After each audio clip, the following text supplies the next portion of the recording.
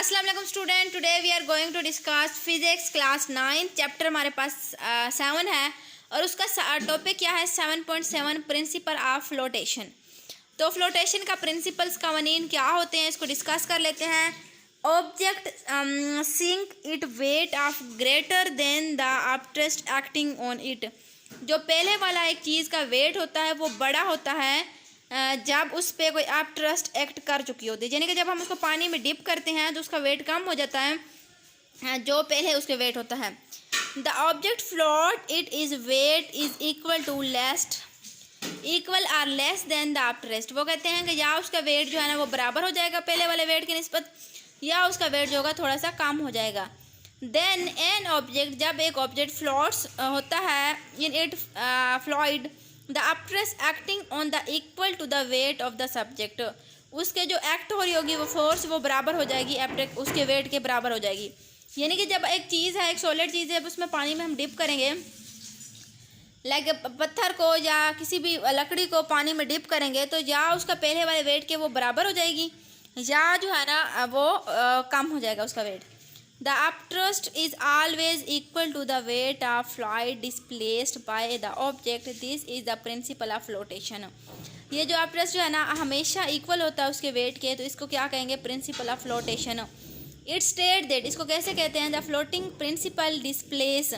जो floating object है उसके जो प्रिंसिपल है वो किस पे डिस्प्लेस कैसे होगा, fluid having weight equal to the weight of the object, उसका वेट और उस ऑब्जेक्ट का वेट जो है वो बराबर हो जाएगा। आगे क्या करें हैं, Archimedes principle is applicable on the liquid as well as gas. वो लिक्विड पे भी ऐसे एप्लीकेबल होता है जैसे गैस पे होता है। We find the numerous application of the principle in our daily life. हम बहुत सारी हमारे पास एग्जांपल्स हैं डेली लाइफ में। फर्स्ट क्या है, 7.5 को हम एग्जांपल है इसको सोल्व करते हैं। एम्प्टी मेथोलॉजिकल बलून, वेट उसका कितना है 80 न्यूटन, ठीक है। वो कहते हैं it is filled with the 100 cubic metre of hydrogen. इसको हमने भरा हुआ है कितना 10 क्यूबिक मीटर हाइड्रोजन गैस से।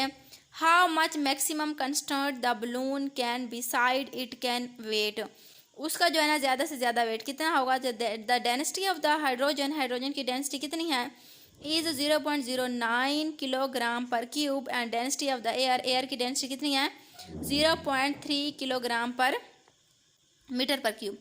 Wait of the balloon, balloon का वेट कितना है 80 Newton. Volume of hydrogen, hydrogen का वॉल्यूम क्वेश्चन में उन्होंने बता दिया है 10 मीटर पर क्यूब।